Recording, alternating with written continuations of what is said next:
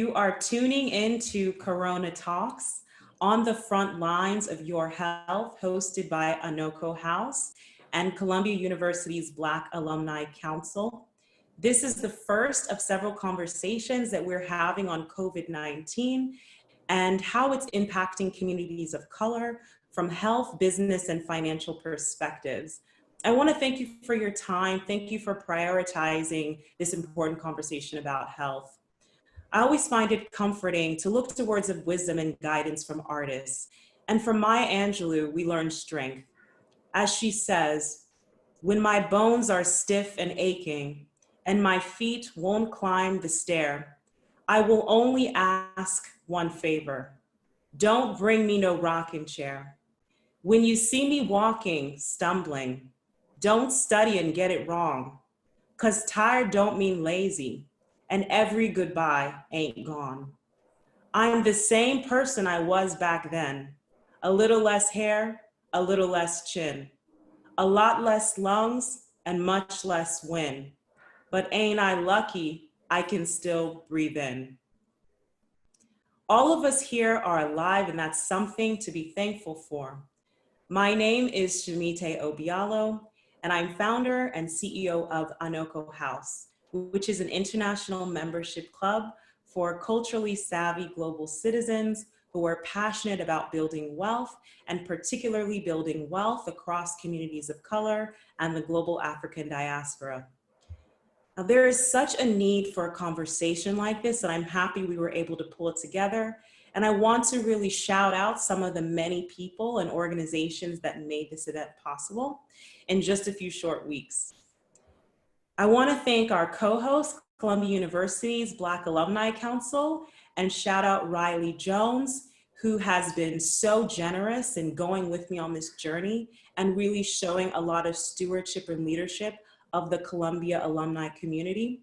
I want to thank our co-sponsors, the Association of Black Cardiologists, an organization founded by Dr. Richard Allen Williams in 1974 to address the adverse impact of cardiovascular disease on African Americans. And within the ABC organization, I want to give a special shout out to Alan Merritt, our resident IT expert, Cassandra McCullough, the Chief Executive Officer, as well as Rachel Williams, who is our social media guru. And the ABC has been doing some really incredible webinars that are really educational, and we're going to be dropping some of those links in the chat, but also sharing some FAQs that the ABC has been putting together. Just really amazing content hosted by medical experts on COVID-19 and how it's impacting us.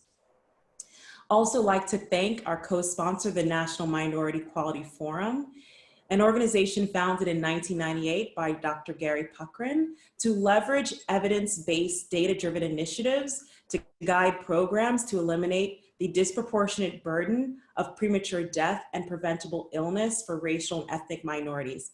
And you'll hear from Dr. Puckrin later on in the discussion. And really excited about a special announcement that we actually now have a media partnership with Black Enterprise, and we're going to be streaming on all of Black Enterprise's social media channels. That's including Facebook, LinkedIn, Instagram, and Twitter. So we'll share around the link to that, where you're going to be able to access that live stream after this talk. So just to give you kind of an overview of the format, we're going to be doing about an hour of conversation. We may run about 15 to 30 minutes over just with Q&A, but we're really going to try to stick to time. And we also have a chat going. If you have anything you want to share and just kind of create a nice dialogue within the group, feel free to add it in the chat. And I'll be adding in links in the chat as well, just informative links as we go along in the discussion. But really the bulk of this conversation is going to be a Q&A, and a lot of you guys who registered submitted questions, and we have really been careful to curate that list of questions, and we're going to be pulling from that as part of this discussion. And we also are live streaming on the ABC's Facebook, so we're going to be pulling in some questions from Facebook as well. So this is really going to be an interactive discussion. But without further ado, I'd like to introduce my co-moderator for today, Dr. Elizabeth O'Feely. And really she is the absolute reason why this panel came together with her outreach to her powerful network. Dr. O'Feely is professor of medicine at Morehouse School of Medicine and a practicing cardiologist. She's a national and internationally renowned clinical scientist with a particular focus on cardiovascular disparities and women's health. Dr. O'Feely has helped raise over $150 million to fund pioneering research and training at Morehouse School of Medicine. And she's also an elected member of the National Academy of Medicine, which is considered one of the highest honors in the field of health and medicine. She's a founding member of Anoka House, and I'm proud to call her mom. So without further ado, please welcome Dr. Elizabeth O'Feely. Thank you so much, Shimita, and thank you for those really kind words and introduction. I want to welcome all of you as well. This is an amazing opportunity, and we are so glad as the Association of Black Cardiologists to be a part of this. And you will see that our renowned panel members are folks that you've seen on TV, on CNN, and they made time, all volunteer effort, to come to help us, to educate us about this important topic. I will introduce our speakers now, and then we will go into some Q&A. Dr. Patrice Harris is a renowned child and adolescent psychiatrist and serves as the 174th president of the American Medical Association, the first African-American woman to hold this position. Welcome, Dr. Harris. Thank you very much. What a wonderful opportunity. And then we have my friend and colleague from across the pond, Dr. Carlos Del Rio. Dr. Del Rio is a distinguished professor of medicine at Emory University School of Medicine and professor of global health and epidemiology at the Rollins School of Public Health of Emory University. Welcome, Dr. Del Rio. Thank you. This is great. Then we have my friend and partner as we navigate efforts with the Association of Black Cardiologists, an amazing physician, and as you'll hear, has done an amazing amount of work with the COVID epidemic on behalf of the Association of Black Cardiologists. I am pleased to welcome Dr. Michelle Albert, who is the president of the Association of Black Cardiologists and a professor of medicine at the University of California, San Francisco. She's also the Dean of Admissions for the UCSF Medical School, and this appointment is effective on July 2020. She is also the director of the Center for the Study of Adversity in Cardiovascular Disease called Nurture Center. Welcome, Dr. Albert. Hi, everyone. I am thrilled to be here.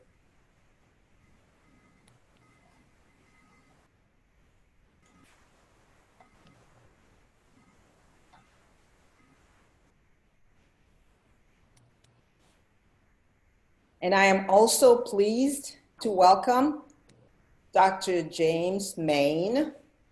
Dr. Main is Vice President, Science and Regulatory Advocacy at Pharma, a trade group representing companies in the pharmaceutical industry in the United States, where he provides leadership for pharma involvement in a number of science-based public-private partnerships and works to support pharma industry efforts to evolve the contemporary research and development ecosystem and the drug development pathways.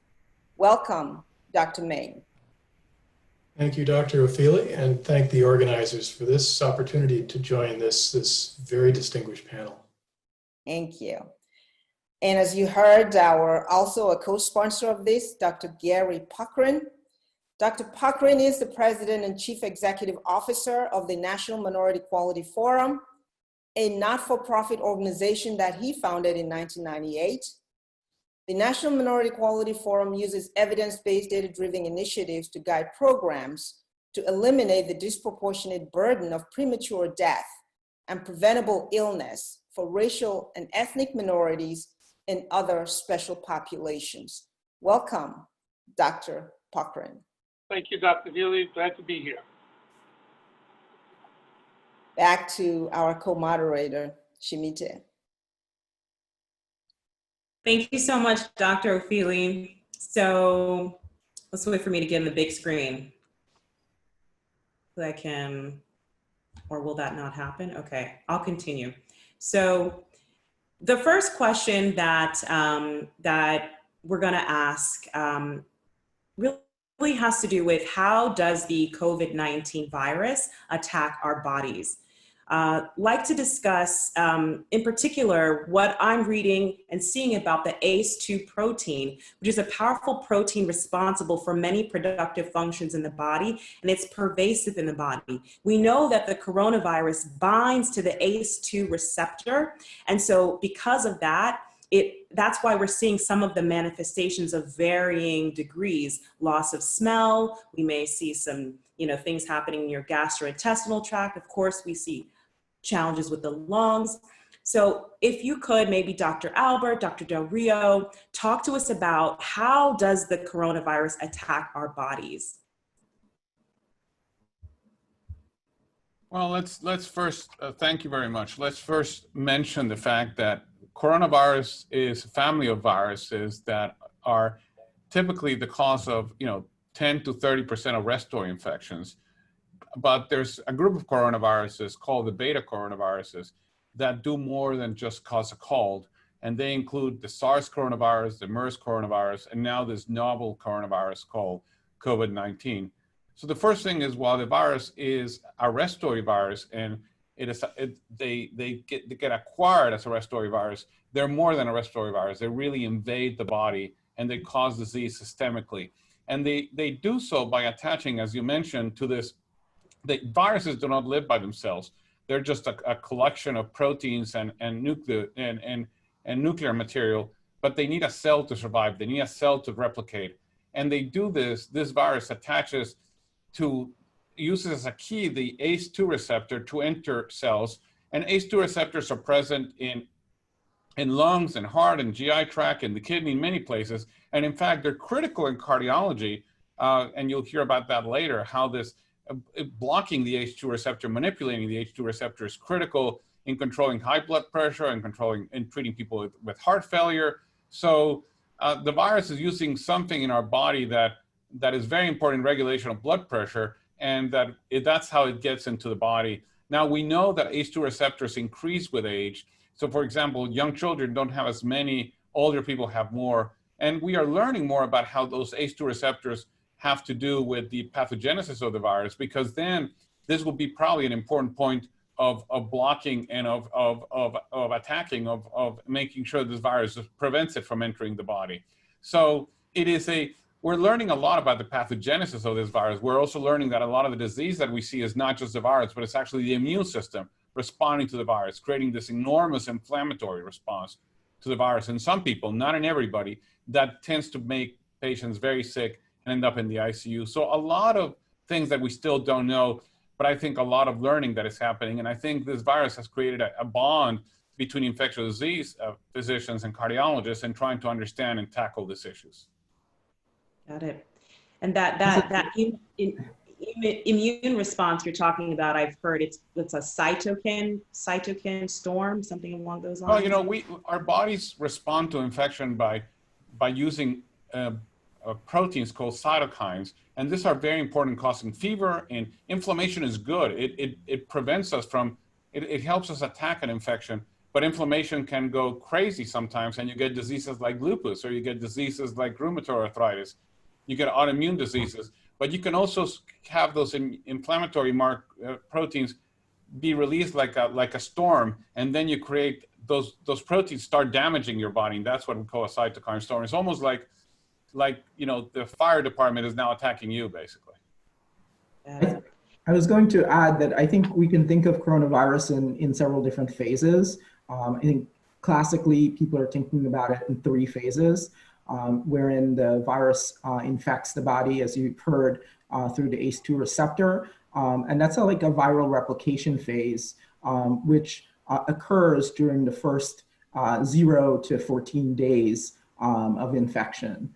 And then thereafter, you get the uptick of this host immune response. So all of us have a response to infection, whether it's viral or bacterial infection, in this case, viral infection, that then picks up. And in some of us, that response might be more exaggerated than others. And in the blood, we can measure various substances, including things like interleukin-6, C-reactive protein levels, blood levels that measure clotting factors, which I'm sure we're going to talk about a lot later, that represent a reaction or in concert with this host immune response. I know as a cardiologist, one thing that's come up as it relates to the ACE receptor is whether or not people should, continue taking medications, blood pressure medications, called ACE inhibitors or angiotensin receptor blockers, since they affect the ACE, the entry of the virus into an organ. And the recommendation that all cardiovascular organizations have given is that do not stop taking your blood pressure medications. Please continue to do so while the clinical trials are ongoing and the basic science studies are ongoing to better understand what is actually happening in relation to them. Got it. Thank you. Thank you so much, Dr. Albert. So we have reached a very, very grim milestone with the coronavirus. Just yesterday, the news channels have reported we passed 100,000 fatalities, specifically 100,846 as of last night. And we have 1,707,227 cases reported as of last night. I just want to ask all of us watching on this webinar, let's just observe a moment of silence for the devastation that this virus has caused in our community.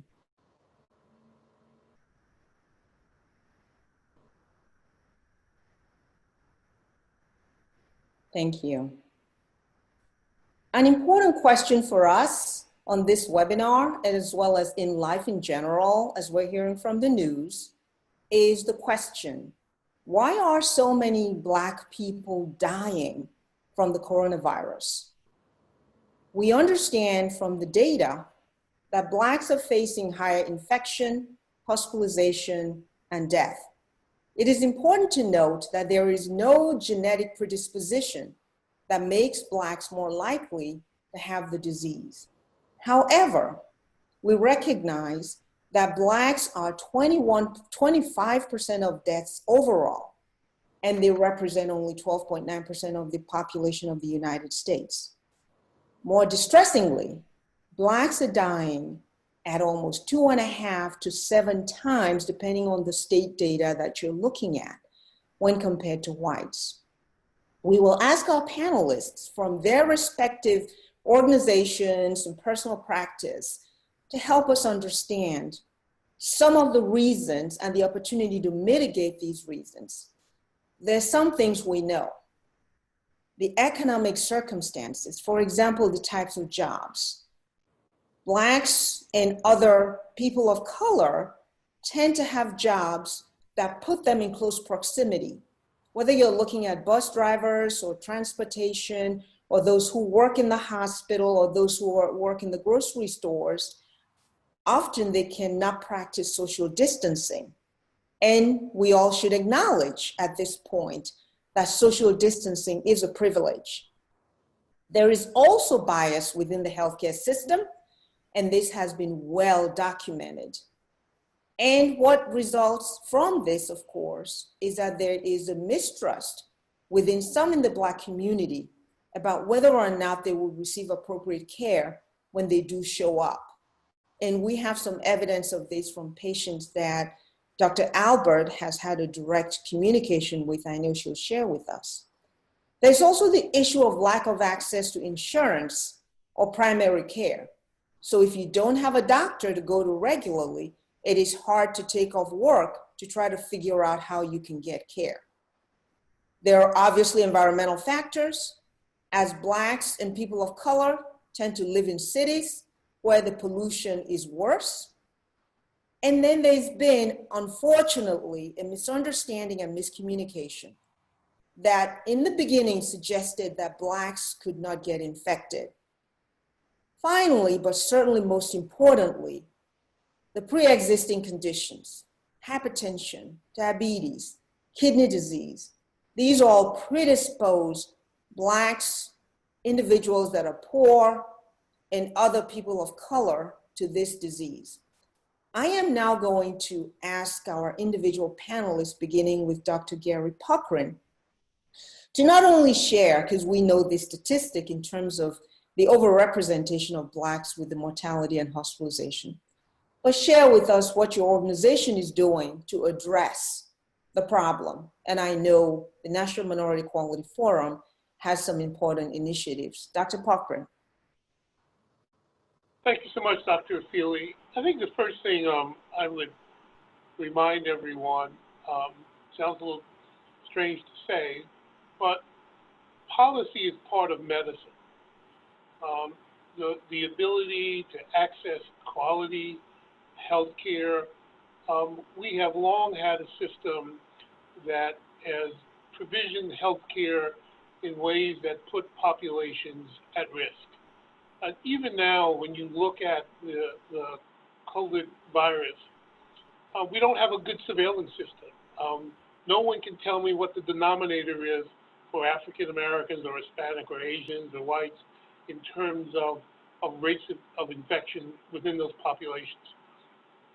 And the list that you gave in terms of what may be triggering the excessive death in African Americans, all of those could be in play. So what the National Minority Quality Forum is doing is we want to build the science around this. We want to understand the numbers. Like I tell everyone, we're not physicians. We're like the statisticians at the baseball game. We don't go down on the field and play baseball, but what we try to do is get the numbers together so that those who are playing the game can understand what the numbers look like. So we are partnering with some to do testing within underserved communities, both minority and rural. We're also moving forward to do a longitudinal study to follow particularly African Americans. We don't know what the course of this disease is. I look at Kawasaki disease, for example, that can have residual effect on children into their adulthood. And so there's a real need to get some science around this. And you have to say that it is amazing how far our federal government has been away from helping us understand and putting together the science around this. So in the absence of government really taking initiative here, we're each having to do what we can do. So we're building this coalition that's really gathered around the numbers, and we look to partner with clinicians and researchers and really get our arms around this. There'll be other viruses, there'll be other pandemics, and we got to get smart about how we manage all this. Thank you so much, Dr. Puckrin. Appreciate the sharing the work that the National Minority Quality Forum is doing. I know, Dr. Patrice Harris, that you have been at the forefront of the discussion at the policy level. We would appreciate you sharing with us some of your thoughts around this important disease and efforts that you think is important with regards to intervention. Dr. Harris? Absolutely. And thank you again for allowing me to participate in this very important conversation. I did want to first level set because I think it's something that we all on this panel know. But, you know, typically we are looking at the impact on communities of color retrospectively, right? I think it is unusual that we are having these conversations while any particular crisis is going on. So I will say that is the result of people on this panel and others who have raised this issue and called on everyone at the federal and state level to make sure we have the data that Dr. Puckrin just mentioned. So I think we need to level set around that and know and appreciate the fact that we are having proactive conversations. And then beyond that, I call the importance of what we need to do, because Dr. Feely, you laid out the issues, but what are we going to do about it? How are we going to have a conversation about this? And so I call these sort of Dr. Patrice Harris's 4 C's, and they are candor, communication, clutching, and commitment. And so I'll lay out, and the AMA has really been working really under the umbrella of all of these 4 C's, certainly been willing to have candid conversations about this in op-eds that we have written. We have, of course, called out the social determinants of health, but moving one step further, we talked about the structural determinants of health. And we have laid out and called out past issues regarding racism, both structural and personal, and discrimination and biases. Those are difficult conversations to have, but we have to be candid and have those conversations, which gets to communication.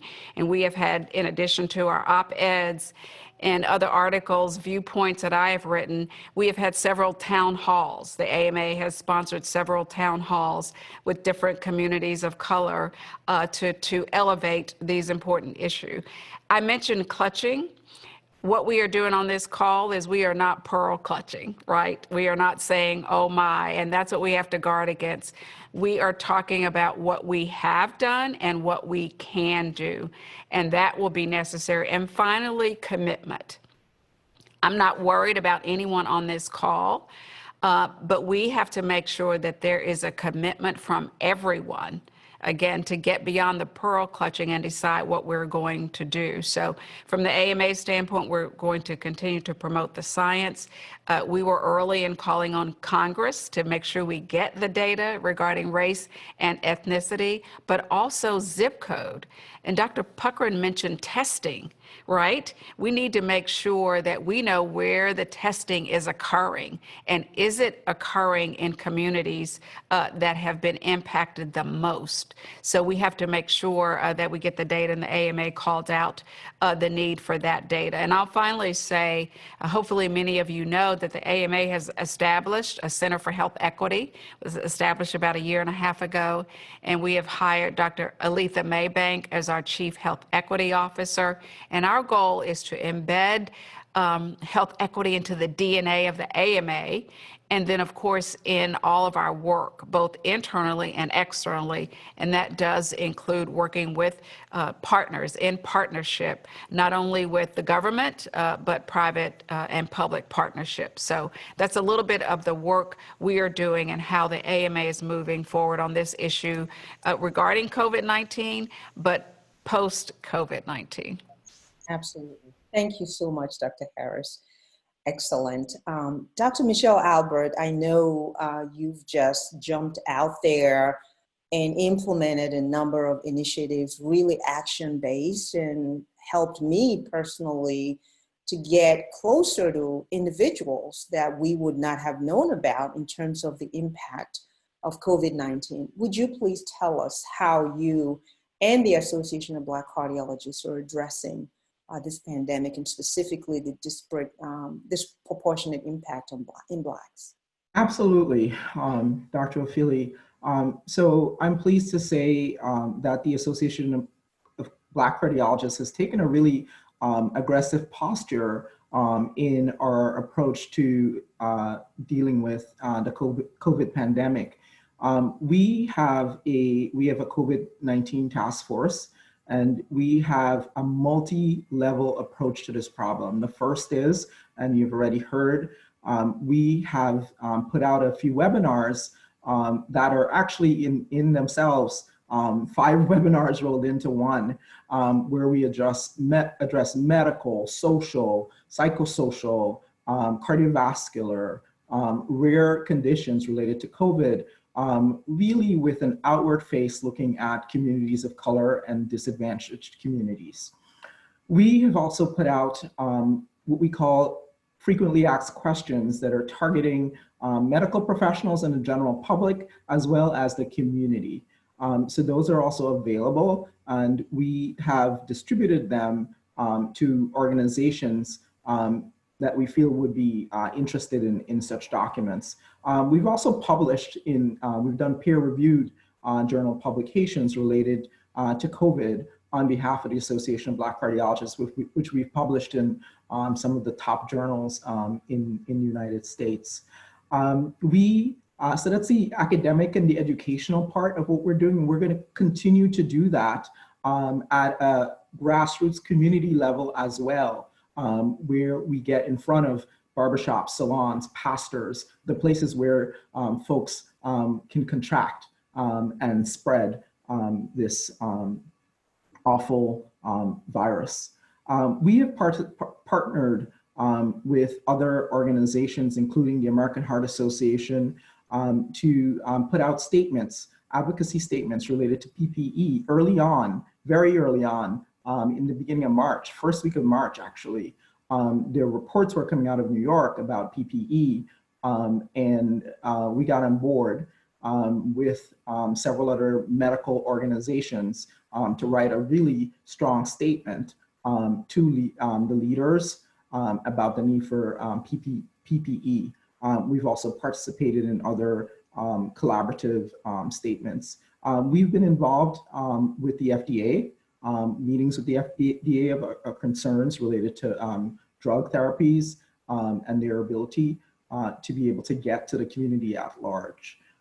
We're also interested, like Dr. Puckering, in preparing ourselves and the next generation to be able to address the science and the clinical aspects of this pandemic. So in an additional phase, we plan to support our pipeline investigators in beginning to come up with novel solutions and answers to this crisis, but this crisis as it's embedded in the structural issues as we're all aware of. I think at a personal level, I'm a practicing cardiologist.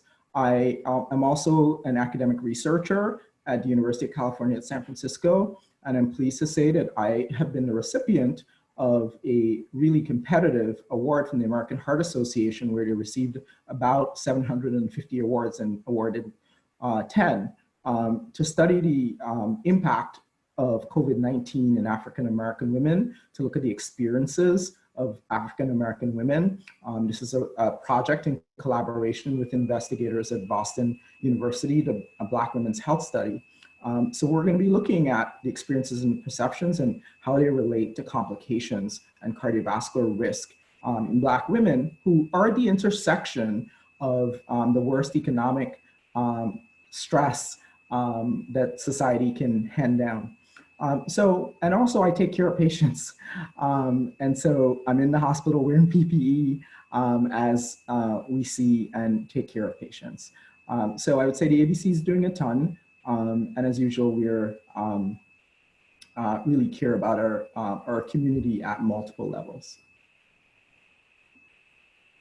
Thank you so much, Dr. Albert, and congratulations on that very competitive American Heart Association award that you just landed. That's breaking news, because I hadn't even known about it, and I know I was in a meeting with you just 2 days ago, so that's got to be hot off the press. Well done.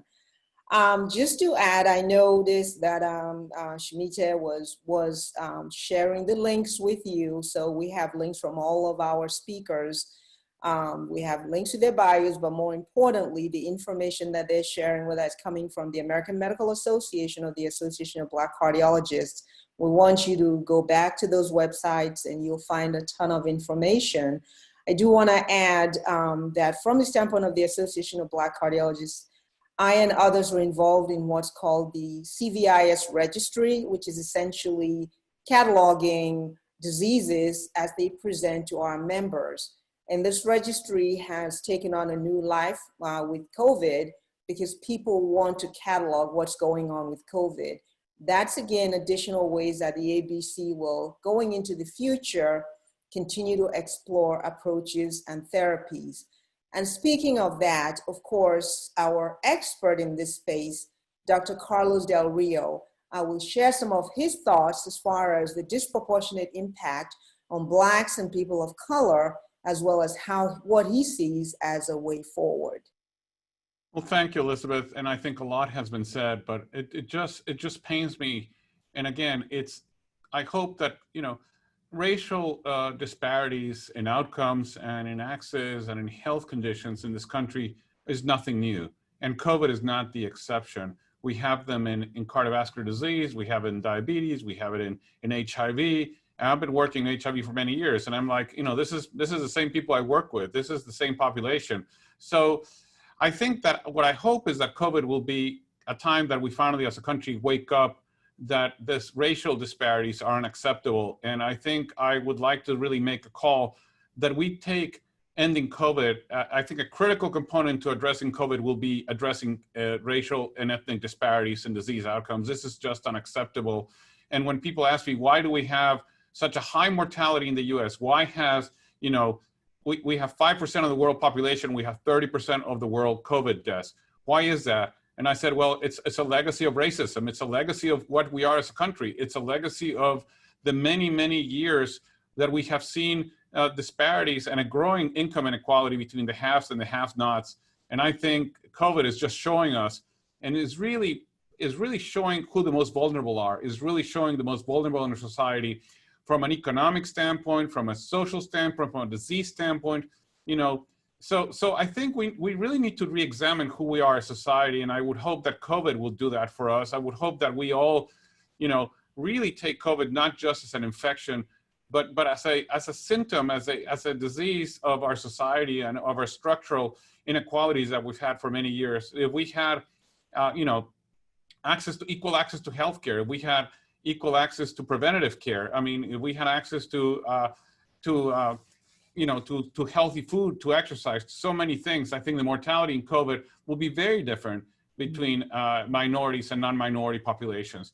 I think we also have a lot of people who, as you said, they have a lot of skepticism about the healthcare system. So we see people presenting very late with their disease, and that leads to higher mortality. So we need a lot of education. And when I think about going forward, there are two things I think are important. Number one, I'm very involved right now in clinical trials, and for example, in the remdesivir study, ACT-1, ACT-2, I just consented to participants today, and I'm hoping that we continue enrolling minorities into the studies because they need to be enrolled. But as you know, it is hard.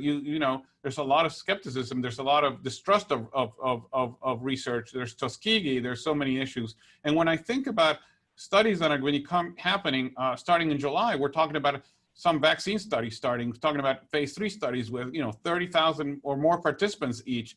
I just want to be sure that we also enroll the most affected communities, that we use this time to go into the community and really enroll minorities. But again, it's going to be hard because we're going to be injecting them with something, and I think there's going to be risks that we're injecting with the virus. So I think we need to start working, and I'm doing it right now, but I think around the country, we really need to have the community involved, because the answer to this disease is going to be science, community, and policy working together. And again, I think about HIV, and I think an important lesson for me from HIV is how the community has been at the center of the response, and how we as scientists have learned to incorporate the community into our discussions of, reading protocols and helping us and do research, and helping us, get research results back into the community. And, I just completed a study. I was a co-investigator and project and one of the protocol team members for a study called HPTN 083 that looked at a preventive intervention. And I was very pleased that 50% of participants enrolled in the United States were African American.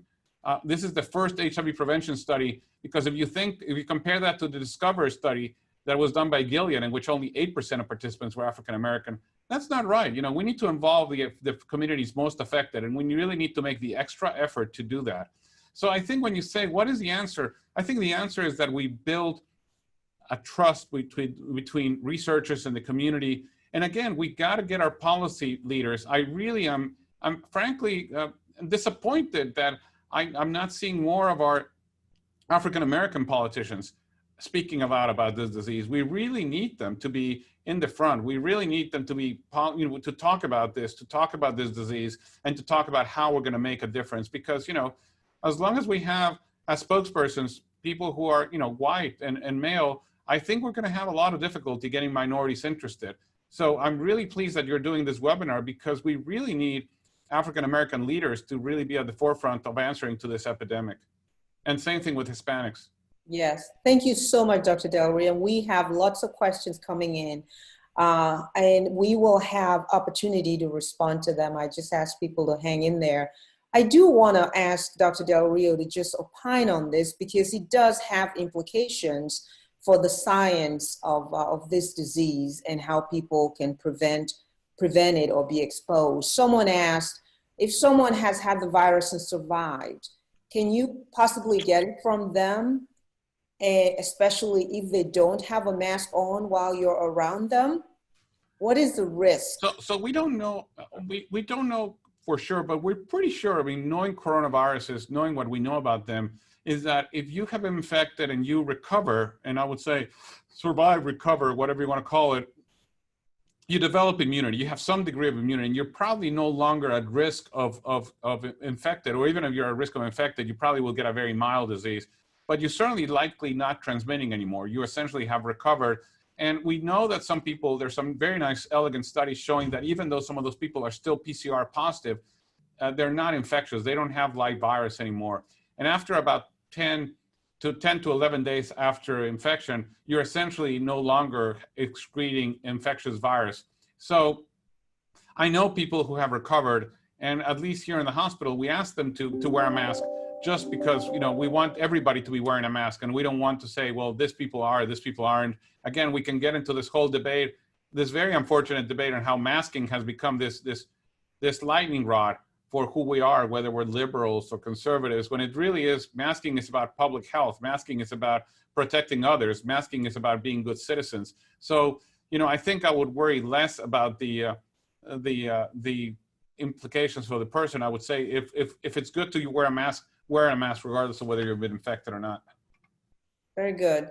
And I see Dr. Albert wants to comment as well. Go ahead, Dr. Albert. Yeah, no, I wanted to comment, piggyback off of something that Dr. Del Rios was talking about before the masking question, relating to getting communities of color involved in clinical trials. As you know, this is a really, really important issue, something that the ABC has been involved in for decades at this point. I do think that in addition to African American and other leaders of communities of color being involved, it actually does require, though, everyone being involved. And particularly, I think places like the FDA and academic institutions to which some of us belong have to advocate for our colleagues who may not have as much infrastructure as our institutions do to run these trials, to be able to involve those physicians who can, probably recruit those patients more easily. There's more trust. We also there's a need for PIs, principal investigators, who are people of color. This is something that's lacking over and over again. And the typical answer is that they're not qualified people. And that is not true. I just want to put that out there.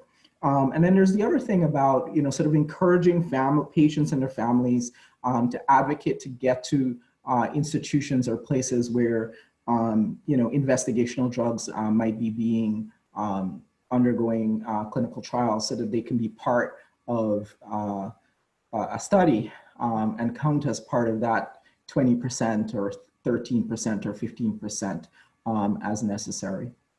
Right. Shimite. Thank you so much. So wanted to, it's a good topic. You're speaking about clinical trials and the development of a vaccine. I think that this segues well into the next question, looking at some of the forward-looking therapies and vaccines on the horizon. And so I direct this question to Dr. Del Rio and Dr. Main. There appear to be several vaccines that are maybe rushed in the works. I know, Dr. Del Rio, you're working on one. Could you touch on, what is percolating? What do we have on the horizon? And also, one of our registrants has asked, do you believe that insurance companies will charge us for the vaccine? Well, important questions. I think that we have been amazed about how quickly we have gone. The time between virus isolation, identification of the genetic material, and the first injection into a human was only 65 days. Never in the history of vaccinology has that occurred so quickly. Having said that, it takes many years, if not decades, to develop a vaccine. And the speed in which this vaccine is being developed, it's lightning compared to that. People are talking about by January having a vaccine. I have my doubts it's going to be that quickly, but even if it takes 1.5 years or 2 years, it's still incredibly fast. But then you're going to have to produce millions, if not billions, of doses of the vaccine. And then you have to be distributing those vaccines around the world. And then you need to have equitable access. And I sure hope that, this is not a vaccine that depends on whether you have insurance or not. Let's make sure that this is a vaccine, because the people that need it the most, we've been talking about the poor people, we need people to get vaccinated, period. In fact, we need to figure out a mechanism that we invest in public health and in infrastructure to get this vaccine to the people that need it, and we get it quickly. So I think the issue of how do you get this vaccine to the right people once we have it, I think is going to be a really important ethical discussion, because it may not be who wants the vaccine the most, but who needs the vaccine the most that should get it first. And that, to me, is the most important ethical discussion that's going to have to happen. Thank you. If I could follow on Dr. Del Rio's comments.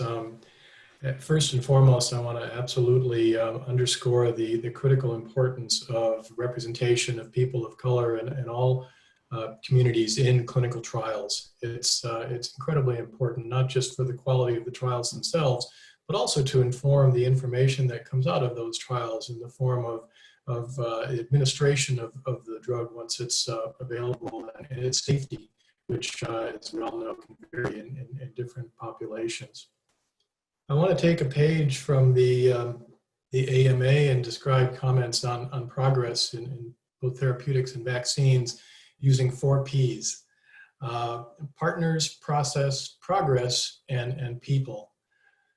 When I speak about biopharmaceutical drug development and research, I like to think of it as an ecosystem. And like any ecosystem, it has multiple parts, and each of those parts are interdependent. They rely on each other to deliver their component into the whole. And the coronavirus has really allowed this ecosystem, which has been there all along, to be thrust in the front of the media and the American awareness in a way that I believe shows it in all its glory. It really is a unique and powerful ecosystem that has driven just spectacular progress. So we'll go to another P in a very short period of time. I spent over 30 years of my life developing drugs and bringing them to the patients that need them. I worked on many programs that were the top priority program of their day and needed to move incredibly quickly. I have never seen anything like this, and no one else has either. It's absolutely amazing. So I'm completely amazed by the ability of this ecosystem to move in a coordinated way forward to advance these research and development programs, and to communicate effectively, again, in partnership around these programs. And what I'm not amazed at all by, though, I have to say this, is by the level of commitment and passion that I see from my colleagues and friends in the pharmaceutical research and development world. These are scientists and physicians and public health professionals, just like most of us on this call, and they're passionate about what they're doing, why they're doing it, what their objective is. And there was no question whatsoever. There was no discussion at the beginning about should we do this or why are we doing this? It was all about how do we move as quickly and effectively as possible. And that brings us to progress. There are thousands of clinical trials going on right now. And I'll share that, and this is important for those of you that are involved in the conduct of clinical trials. While there are thousands of clinical trials going on, there are only so many patients. And so we need to place a premium on really directing our resources towards those trials that have the most informative designs and are using the most promising therapies so that we get the most return on that precious investment of patients and subjects in clinical trials. And so process-wise, we've worked at Pharma tremendously frequently with the FDA and with all of the research and development organizations of our member companies. I was just on the phone with these folks this morning, preparing for a conversation with Commissioner Hahn that we're going to have in the not too distant future. Commissioner Hahn is committed to tell us what you need. Tell us how we can help make you more effective, faster, better at what you're doing. And in return, all of the companies have committed to, we will bring you information as rapidly as we have it. We will share information, not just with regulators, which is typical, but with each other. So the programs going on in one company help inform the design and progress and help speed the development of drugs that are being taken by another company. Unprecedented levels of cooperation and partnership. And then this last category of people, I already mentioned the importance several times, the importance of participation of everyone in this process to get the necessary medications to the marketplace. You know, I believe it's going to take not one vaccine, but a number of vaccines before we really can say that we're out in front of this disease and have it under control. And to get multiple vaccines is going to take both a lot of effort and a lot of luck. Everyone has a role to play, not just the scientists and physicians and public health professionals, but everyone is involved in helping to drive this forward successfully. So partners, process, progress, and people, I'm amazed and proud, maybe the fifth P, to be part of this ecosystem. Thank you, Dr. Main. Shmita, before, I know you've got other questions to get to, but I just wanted to ask because there's an important question in the chat, and for those of you sending in questions, please know we will get to them because we have allowed a little extra time, so hang in there with us. There was a question about whether the vaccine is necessary if you've already contracted the virus and have developed antibodies. Dr. Del Rio, I think this is an important opportunity to maybe just talk about how, I know you touched on it, but just to emphasize again how much we don't really know enough about this virus. Some of the questions about the antibodies coming up and just how protective they are, we're not as sure anymore. And so put that in the context of the question about should people just plan to get the vaccine, whether or not they believe they've been exposed or however much they think the antibodies levels are. Well, you know, it's interesting that you asked that because, in fact, as we're designing some of the phase 3 trials, in fact, a prevalence, an antibody is not going to be required as a criteria for entry in some of those studies. We're just going to vaccinate everybody. And then, of course, at some point in time in the analysis, there will be risk stratified depending on the seroprevalence. Just because we know the seroprevalence is mostly very low in our communities, it's at most 8 to 10%, but it's probably lower. So it's not worth doing that. So I want to emphasize that once we know that, then it will be, so I cannot answer the question saying what's going to happen once we have the vaccine, because, you know, we may know at the end of the vaccine trials that if you have antibodies, the vaccine is not protective. But on the other hand, we may, you know, one of the concerns that some of us have is that the vaccine could be very similar to the dengue vaccine, in which the presence of disease or antibodies when you get the vaccine actually increases your risk. It actually makes the disease worse. You have something called antibody-dependent enhancement that we saw in the dengue vaccine. So that's one of the reasons why clinical trials need to be done, and we need to include almost everybody to see if, because that's one of the risks that exist in a vaccine, is that you may potentially produce, you know, not protection, but actually the opposite. I I was involved many years ago in an HIV vaccine study, a Merck vaccine, that actually the people that received the vaccine had a higher risk of acquiring HIV than those that didn't get the vaccine. And, again, it really underscores the importance of doing well-conducted clinical trials to be able to address some of those issues. And I really think it's important. These questions are openers. There's a lot of information will be coming through. What I don't want is for people to just refuse to get the vaccine. We owe it to ourselves and our family members to educate ourselves as these vaccines come into play, so we're being informed and not just going by the sort of general lingo out there that vaccines are harmful, because I think that would be tragic. Shimite. Thank you. And that last point, that is something that I have heard raised with folks in my community, which is, I don't know if I'm going to take the vaccine because I have to understand the adverse impacts of it. So I think that getting a lot of clarity there would be really, really important. And I look forward to that kind of guidance coming out. We are almost at time, but I want you all to note that we have a long list of questions that we plan to address. And if we don't get to the questions, then we will try to address them in an FAQ that we send around through the ABC.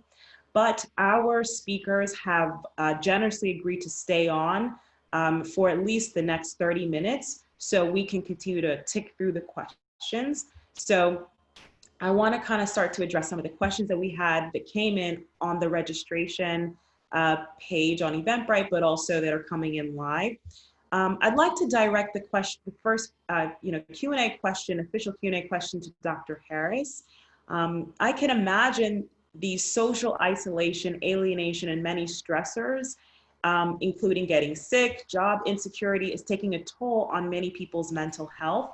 Could you discuss what you are seeing in your practice in terms of coping tips and just how to maintain a healthy and balanced mental state? Well, absolutely, and glad to get the question, because we can never talk enough, in my opinion, as a psychiatrist, about mental health in general, and particularly about the mental health needs that are occurring in the midst of this pandemic. I will say, though, but let's remember, just like we talked about health inequities, that pre-COVID-19, I, as a child psychiatrist, but the mental health community had seen an increase in the number of folks who were reporting stress and anxiety. The number of suicides were unfortunately increasing, particularly in our teenagers. So we have that foundation coming into COVID-19. And of course, we have decades of an underfunded and under-resourced mental health system and lack of access to care. So that's how we started pre-COVID-19. Clearly, this period of uncertainty, the fears and the worries, the isolation, the loss of jobs, the worry about becoming infected, or the worry about family members coming infected, has served to increase all of these feelings: anxiety, worry, depressed mood. We cannot say yet, and we should not, and I have to say we need to differentiate a true clinical diagnosis of depression versus some of these symptoms, all important, but certainly there might be two different strategies to address. Now, the good news, let's first talk about individuals. First of all, people need to give themselves, and that includes me, the grace to feel these feelings. It's okay to be worried.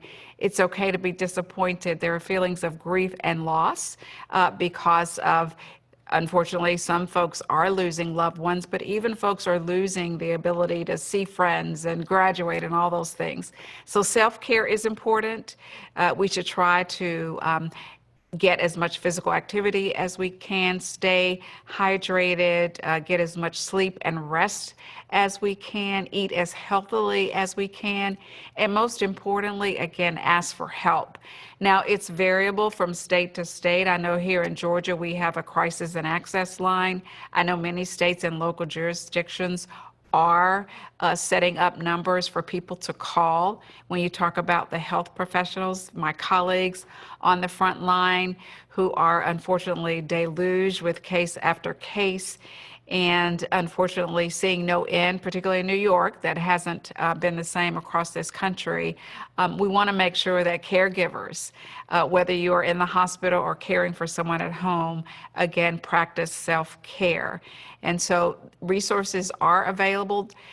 Telemedicine is a very helpful way, and certainly regulations have been loosened around telemedicine, but try to connect with your physician or your therapist through video conferencing. So all of these things are available, and I would say just make sure you ask for help. There is absolutely nothing wrong with asking for help. And in our community, communities of color, there's been such a stigma. So I appreciate the question, glad for the opportunity to talk about it, and please ask for help if you need it.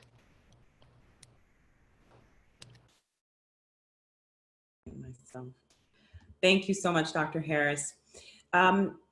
Next question. If you have tested positive before and you've already been infected and recovered, can you get the virus again? And a related question, which are some of the more sensitive tests? Is it the mouth swab or is it the nasal test? What are your recommendations regarding any of the tests that we need to do in order to kind of measure whether or not we have the virus? And then also perhaps some of the antibody tests that are out there. I think Dr. Del Rio, that might be a good question for you, but any of the other panelists, feel free to jump in. I think we need to distinguish the tests available. The tests that we have currently for diagnosis are the molecular tests, they're PCR tests. And it's interesting that we started using those tests, and we're using them for two reasons. Number one, because we have done a lot of advancing in molecular biology and molecular laboratories. But number two, again, thinking back to HIV, we have this incredible infrastructure in the country to do RNA testing, to do molecular testing because of HIV. It was HIV testing through RNA, through viral loads that made all these labs exist out there. So that infrastructure that allows us to do RNA testing exists because of HIV, and we're building on it, right? But you know, if this had been another disease, another time, we could have done very different testing. But the molecular testing has become the standard for diagnosis. We're not doing viral cultures. We're now asking pharmaceutical companies to come up with a more simpler test, which is like an antigen test. And some antigen tests have already been approved, which will be a little less sophisticated, a little less complicated than a PCR test, which is a pretty complex test. It's sort of a high complexity test. That's how the laboratory people call it. Now there's the antibody test. The antibody test, it simply tells you, it's not good for diagnosis. It's good to tell you if you've had the infection at some point in the past or not.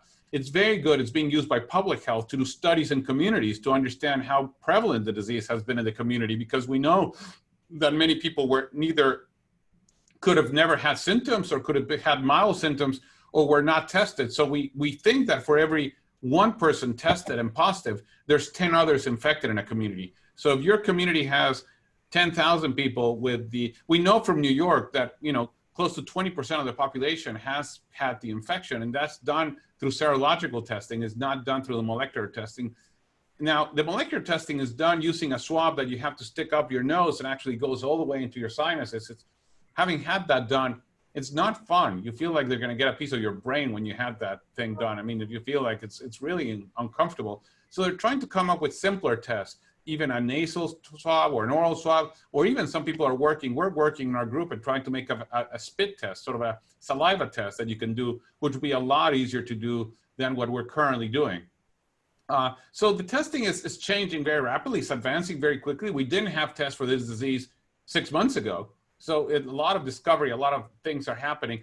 The antibody test is it's probably the one that is less developed right now. So there's a lot of variability, and CDC recently said don't trust them. And what they meant by that is there are some good ones and some not very good ones. And it's a little bit of the Wild West out there. So until that's all evaluated and certified, it's better not to use it for diagnosis. So if somebody thinks I may have the disease, I could have had the disease, I could have been exposed, doing an antigen test or a viral load test, a PCR test is the way to go. I want to say just one thing, complimenting what Dr. Harris said, is I also want to be sure that we remember of taking care, and I really appreciate her comments about taking care. I think we need to also remember and take care of our healthcare providers.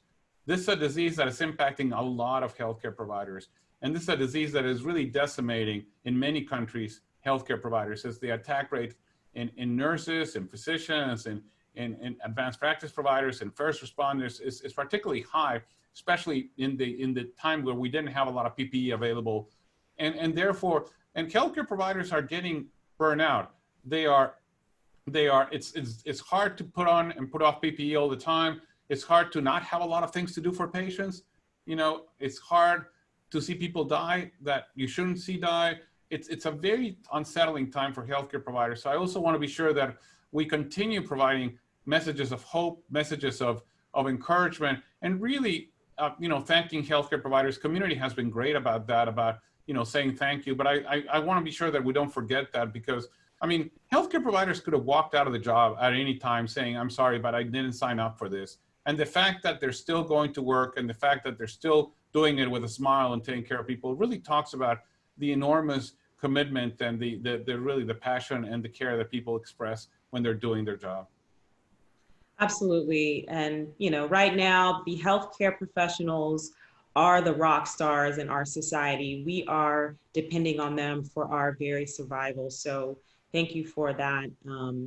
I wanted to ask, Shimita, don't forget when you said that all of your panelists are healthcare providers. So just say we're depending on you, us. Depending on you, and there are many who are even tuned in to this who are healthcare providers. So thank you so much for everybody. Thank you, Dr. Ofili. I'd like to ask, there have been reports of individuals that have survived COVID-19 who are middle-aged and younger, but they're now having strokes due to blood clots, and other kinds of residual things are happening even after you survive. Is there any talk around preventative measures such as low-dose aspirin to prevent this? And just generally speaking, what are some of the health complications after survivors have convalesced? Dr. Del Rio, Dr. Albert, Dr. Harris, Dr. Ofili, please feel free to weigh in. I'll take that for several reasons. The first is, from a personal perspective, I'll say that, my mom had COVID, was hospitalized with COVID, had 2 MRIs in the space of 24 hours because of the concern of a stroke, had scanning because of concerns of her D-dimer being very elevated, which is a poor prognostic indicator for clots and also for mortality. So your question, Shamia, is real to me. It is also real to Dr. Ofili mentioned and Dr. Sherry, who was on our webinar last week. She lost 2 of her parents in the space of a month from COVID. One likely from sudden death related to venous thromboembolism. So we know that there's clotting that occurs in the context of this condition. I like to think of venous thromboembolism as a cardiovascular condition and largely driven by inflammation. And we know that certainly in the later phase of this infection, that inflammation is sort of running rampant. And what happens is that you get elevations in these inflammatory markers in the blood, you get elevations in coagulation markers in the blood that are distinctive from something that we call in medicine called disseminated intravascular coagulation, which is where folks can develop clots related to severe sepsis or being hospitalized in an ICU. So this is a little bit different, and we're still trying to understand what's happening. We think that it may be related to direct infection of the vasculature and also related to inflammation. So because of the concern of the higher risk of strokes, the higher risk of clotting in the legs and the lungs, there has been conversation around, what type of, whether it's an antiplatelet drug or a blood thinner that patients should get. Currently, the general school of thought is that the standard of care should be as it was previously, which is if you're hospitalized and critically ill, that you should get, sort of high dose prophylactic therapy in the hospital for preventing clotting. There's no recommendation about getting aspirin, sort of pre or post. And, depending on where you are, I know, for example, in New York, my mom was discharged on, sort of high dose injectable heparin, which she's still taking because of the concern about clotting. No, I would say I agree. I think Dr. Albert has put it very well. I think there's a lot of confusion out there about I think there's in a lot of diseases where there's inflammation, you see coagulation, you see clotting activated. This is part of the inflammatory process. But also because, again, going back to what we talked before, because a lot of the people impacted by this disease, older individuals, people with severe disease, people with diabetes, hypertension, are also at high risk of clotting. And therefore, you have a combination of things. I sincerely don't think it's the virus. I think it's the inflammatory process and other things that are happening. But we have learned that is part of what is causing death in patients. So we are very aggressive when people get into the hospital to rapidly use low molecular weight heparin, to do all the necessary things if they don't have risk of bleeding, to put them on anticoagulation to prevent them from having clots and from having this complication. But I think a lot of the information out there has gotten, some people are even saying, oh, this is not a virus, this is just a clotting disorder. No, I mean, I think we need to be very clear about what the pathogenesis and the process is. But clearly, clotting is something that we need to address, especially in people who are in the hospital and sick, because they may get a pulmonary embolism, they may get clotting in their lungs, and they may have complications as a result of that. And I also think we shouldn't lose the opportunity here to note that clotting and venous thromboembolism has a higher prevalence and incidence in people of color, specifically African Americans. So there is about a 40 to 60 higher prevalence of clot outside of the context of COVID of getting venous thromboembolism. So one wonders, as we sort of take the science out, intermediate and long term, what it might show us in that regard. So I know we've got really excellent comments from both Drs. Albert and Del Rio. I think the bottom line of the question is people need to recognize that right now taking aspirin will not prevent you from the COVID complication. And in fact, for those people who are really actively sick in hospital or just recently discharged, it takes a lot of powerful anti-clotting drugs because the clotting is just so severe. I would say pay attention to that. I know you're going to have some question down the road about prevention. I think we can talk about that generically at that point.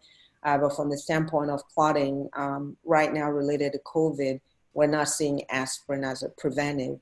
It doesn't mean aspirin should not be there. It's part of our armamentarium for cardiovascular disease, because as Del Rio and Dr. Albert said, there are risks related to stroke and some of those in heart attacks, and those can be prevented with aspirin. So those are two different things, and people should not be confused about that.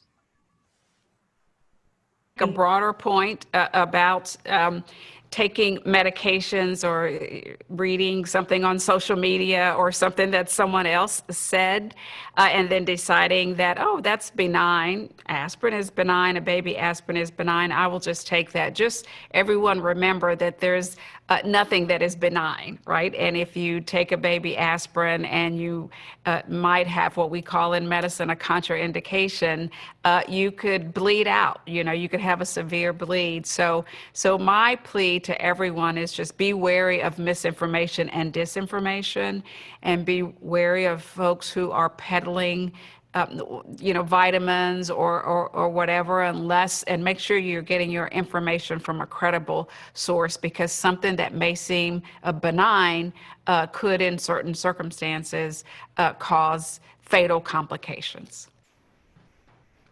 Wow, that is quite scary to think about. So I want to ask, the country is slowly opening back up. You're seeing folks who are out and about, some wearing masks, some not. It's sort of scary considering the continuing threat of COVID-19. How would you advise people? How would you advise that people assess risk in engaging with the outside world, keeping mental health in mind? Obviously, we need human connection, we need contact, we need to return to work, but how do we do this safely? And a related question, I'll pause there, let that first question, and then move to the related question. So please share, maybe Dr. Harris, Dr. Del Rio. I would start by saying that, just like the disease disproportionately impacted minority communities, the lockdown and the economic downturn has also disproportionately impacted minority communities. So minorities have gotten sort of the double whammy of having higher mortality and also having higher unemployment and other consequences of the disease. And, this is a very difficult situation. It's, obviously the lockdown produced just put the brakes in the economy to the point that, we have 30 million people unemployed. We have a recession as bad as the 1920s, the Great Depression. And I think, so a lot of people are seeing this as public health versus economy and which is winning. I think we need to think that, first of all, public health and economy are all related. You cannot have a healthy economy without healthy people. And the question is, how do you advance both, right? How do you make sure that economy and public health advance together? And for that, what we need is to open safely. And I think when I see people going out, I'd like to remind them that this disease is not gone. This virus has not disappeared. We need to continue doing the right things. We need to continue, wearing your mask and practicing social distancing and washing your hands. And we're going to have to enter a new normal in order to get together before we go into the normal that we used to know. So maybe some things are going to be possible, like I'll be able to get together with some friends at my house or go out in a picnic, but maybe going to 100,000 people, college football stadium to watch my favorite team is not going to be possible this year because of the issues. So I think we need to start stratifying the different things, and we need to start thinking about what is safe. And at the end of the day, people need to look at data, and there's a lot of really nice websites to look at. And I want to really, put in a plug here, and kudos to Atlanta Mayor Keisha Lance Bottoms, who's making her decisions based on data, and who's put together a website called atlantastrong.org, where you can see, first of all, her plan for easing restrictions in the city, but second, also a dashboard of the data she's looking at, and she wants us all to look at in order to make that decision. And I would say a key component is stay informed. Look at your data. Be a smart person, make decisions. I think a lot of people nowadays in their phones, you can get data, you can make decisions. So look at the data, make decisions, and protect yourself, because at the end of the day, it's up to you. If you don't want to get infected, you shouldn't get infected. You should protect yourself. And the more you do to protect yourself, the better we are, because the less patients we have in the hospital. The last thing I say is, I don't want to see anybody more in my emergency room, in my ICUs, in the hospital. Every person I see, I think it's a failure of all of us in public health to do what we need to be doing. Yeah. We have Let's remember, I would just add, let's remember why we did the lockdown. Language and words matter. We could have a whole conversation about that, but why we had the restrictions, because we would just think back, we were worried that we might at some point and in some areas have to make decisions about who would get on a ventilator. And we did not want that. And we did that. Everyone in this country did that, so we didn't get there. Now, I do believe we could have done a better job of communicating that that was just the phase and that there would be a next phase, because I think people were worried, are we going to have to stay here forever? So as Dr. Del Rio said, no, but we need to open safely and based on the data. And I'll just say about risk, there's no such thing as zero risk. So everyone should do a couple of things. They should look at their own individual risk. Do they have any health issues? They should look at their community risk. Dr. Del Rio said what we're doing in Atlanta, no detailed data about the spread in your community. And then they should measure two things. Outside is better than inside, right? 12 feet is better than 6 feet, but 6 feet up minimum. If you're going to socialize, bring your own stuff, have a picnic, but everybody bring their own utensils and food and all the related accoutrements. So we can, again, continue to progress, just do it safely. But by all means, absolutely, everyone should wear a mask and practice good hand hygiene and hand washing. I wanted to make a comment as well about, since we are, concerned about vulnerable communities and communities of color, about this tug of war between the economy and public health. It is all of our responsibility to ensure that communities of color are not sacrificed in the benefit of economic upturns as we go forward.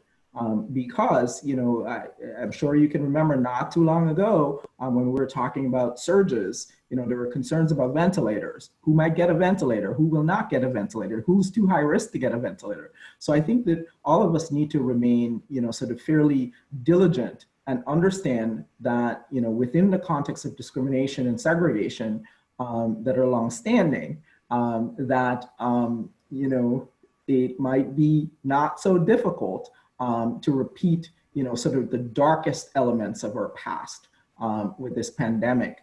I think that, sort of from a public health perspective, when is it safe to come out? It's safe to come out when, cases are no longer spreading widely, right? When the healthcare system can withstand spikes and mitigate risks to healthcare providers and patients' lives.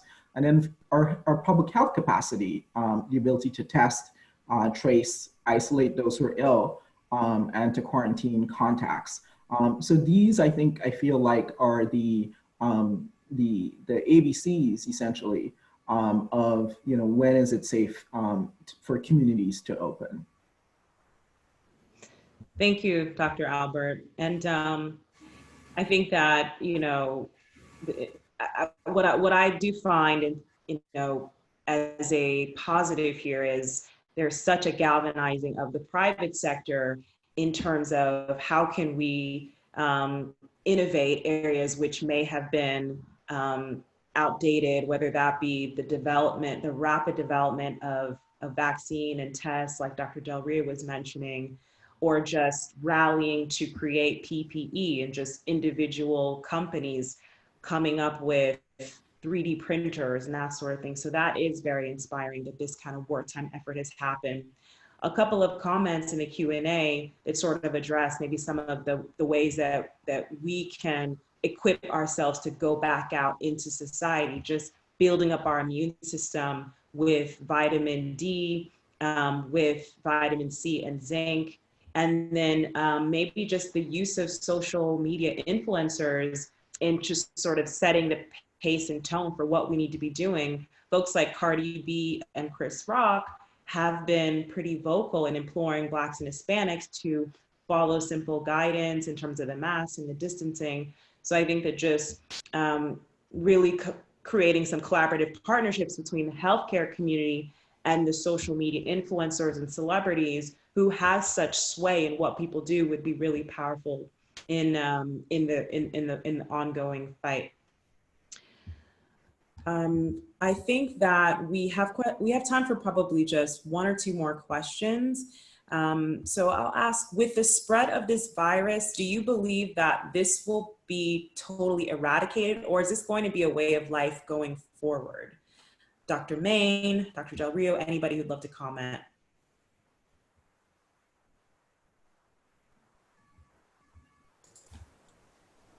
I think we're going to be entering a new normal, a new temporary normal in which we're going to have to practice, as I said, behave different. And I think we're going to have to learn, as Dr. Harris said, we're going to have to learn what is safe and what isn't. And we need to, who we need to take care of and what we do and how we do it and how we, how we behave. And I think it's going to be a difficult time, but I think it's not going to be forever. This too shall pass. I think science is going to catch up with us. I think we're going to be in a better place. What I hope is, again, I insist on this, that I hope that at the end of this, when people say, when are we going to be able to be back in the normal we knew. I hope we move forward to a new normal, to a more equitable normal, to a more equitable society, to a more caring society, to a society that invests a lot more in public health. I mean, the reality we had as a country disinvested in public health. The reason our public health laboratories were not ready to do the work they needed to do is because they were not capable of doing it. They didn't have the equipment, they didn't have the personnel. So I think we need to go back and invest appropriately in public health. I think we need to also do I would say, a very good look at where we were and why didn't we respond before? What were our pandemic plans? What failed in those plans? Because we had great pandemic plans, we thought, and obviously they didn't work. So what do we need to do to make them work? So I think that, again, we're a resilient society. We're smart, we have a lot of good people, and I think we all need to, we'll get over this by working together, but it's gonna be, this is gonna be not easy, and we just need to be sure that we do it with the least, disease and death among our fellow citizens. Shimita, I know you're coming to close down, closing comments. There was a question about herd immunity. I think it'll be important to just touch base on it. And then dovetailing with that, there was a question about, vaccines and guinea pigs and African Americans. Maybe we can just talk a little bit and maybe just a couple of panelist members speak to this. Dr. Del Rio, if you can just speak very briefly about the notion of herd immunity and, for example, the disparate responses or small place like Sweden that didn't lock down at all from what we're doing here. And then maybe just have both Drs. Harris and Dr. Albert speak to how do we overcome some of the distrust as we go forward with these clinical trials and vaccines. And again, I know these are long and tough questions that we will continue to tackle, but I just wanted maybe we touch upon them before we close out the webinar. Dr. Del Rio. So herd immunity is a concept that I like to describe as community protection, right? And it's how much disease do you need in the community? How many people who already have the disease who are immune, and how many people who are vaccinated you need? And by adding those two, what kind of protection? So you have less susceptible individuals, and therefore more people are protected. And the herd immunity percent is very related to the R0, or the rate of the transmission of the disease. And a disease like COVID is probably somewhere in the 60% range. So you will need about 60% of the population. We would never be able to get there just by disease. I mean, as I said, even in New York, 20% of the population have been infected. That's still very far from 60%. But in most places, like, where 5% of the population have been infected, it would be a lot of people need to, we think that in the US, maybe 10 million people have been infected. You would need to infect about 280 million Americans to get to herd immunity. That would mean even if at a mortality of 1%, that would be just a ridiculous amount of people dying. I mean, that 2 million deaths in order to get there. So we simply cannot, the human toll of herd immunity is simply not acceptable. So that's when a vaccine plays a role, right? Because if we had a vaccine with 40% efficacy plus a 20% herd immunity, you would get to that 60% so you don't need a perfect vaccine. You need a vaccine with 40%, 50% efficacy to get there. Let me just say that while Sweden tried this and didn't work, I'm worried that the US, as it's opening, is becoming a Sweden. And I just want to be sure that, again, what Dr. Harris said, that we continue to protect ourselves, because as we open schools, as we open businesses, we need to be sure that we keep transmission low, so we keep disease low, and we keep mortality low, because otherwise we're going to have a lot of pain, social pain, a lot of pain in our healthcare system, and we're going to have to be making some decisions that we'd rather not make. So again, herd immunity is not the way out of this epidemic. Thank you. We got a couple of minutes. Dr. Albert, you get a minute. Dr. Harris, you get a minute. And then we wrap up. Sure. I think you wanted us to address this issue of mistrust and in terms of patients. I think what we can do as organizations is actually, sort of prepare, public service announcements that get to the issue of mistrust as we try to get patients back into healthcare systems and get those who weren't in the healthcare system in the first place to think about coming into the healthcare system. I think that, again, as I mentioned earlier, as it relates to these clinical trials, that it's going to be very important to have minority investigators be very involved in these clinical trials, and in fact also be the main PIs of these clinical trials in order to develop studies that sort of really take into context a lived experience and not be predatory to communities of color. Communities of color are accustomed to being having predators come in and thus locked down in that regard. And we know from cardiovascular data, for example, that patients who are of similar race and ethnicity, especially African American, to their cardiologists, they're more likely to adhere to recommended therapies. I think the same school of thought moves along with clinical trials. And I think also developing advocates for patients and their families so that to help them advocate navigating the healthcare system and getting to places that they may need to get medical care. In my instance, and I know you said Dr. Philly 1 minute, but I do think this is important. I made a very tough decision when my mother was decompensating to not send her to a hospital in the neighborhood where she lived, and in fact, not call 911 because I was concerned about the care that she could potentially get. So instead, we made a decision to put her in a car and take her to a hospital where we thought that she would get better care. I'm a cardiologist, and I'm having to make those sorts of decisions. And I worry about others who can't make those sorts of decisions or who are in the same spot as I, having to deal with family members. Thank you, Dr. Albert. Dr. Harris. So quickly, yes, we all have to commit to a world where we don't have to make those types of decisions, and that is none of us have to make those types of decisions. Quickly about Sweden, as Dr. Del Rio said, Sweden did not work, but even if Sweden worked, we are not Sweden, right? We have a more heterogeneous